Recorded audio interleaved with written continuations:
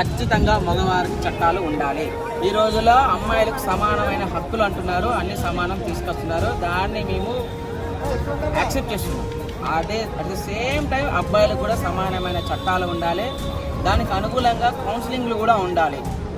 ఈజీగా పిటిషన్ ఇస్తే కేసులు కూడా కాకూడదు. మీరు వ్యక్తిగతంగా కూర్చొని మాట్లాడించాలి. ఇవన్నీ జరిగితేనే సమాజం బాగుంటుంది. ఒకప్పుడు అబ్బాయిది అత్తమామలు నచ్చేది, ఇప్పుడు ప్రతిదీ అమ్మాయి చుట్టే నడుస్తుంది. అమ్మాయి సుప్రీంకోర్టు కూడా వాళ్ళకి అనుగుణంగా ఉంది. ఓయోలో హస్బెండ్ తోటి బాయ్ ఫ్రెండ్ తోటి కూర్చున్నా ఏం కేసులు పెట్టారట. పెళ్ళి అయిన తర్వాత బాయ్ ఫ్రెండ్తో పడుకున్నా కేసులు పెట్టారట. పెళ్ళి అయిన తర్వాత బాయ్ ఫ్రెండ్తో పిల్లల్ని కన్నా కూడా కట్టుకున్నాడే బాధ్యతనట. సుప్రీంకోర్టు చట్టాలు వస్తుంటే కన్నీళ్ళు వస్తున్నాయి మాకు. అసలు అమ్మాయి జస్ట్ పిటిషన్ వేస్తే కేసు వేస్తున్నారు. అబ్బాయి పిటిషన్ వేస్తే ఆ అబ్బాయిని జైల్లో పెడితే ఆ అబ్బాయి ఉద్యోగము, ఆ అబ్బాయి ఎంత మానసిక వేదన గురి కావాలి. అమ్మాయిలు ఏం లేవు, జాబ్ కూడా చేయట్లేదు, వాళ్ళు మానసిక వేదన గురి చేస్తున్నారు.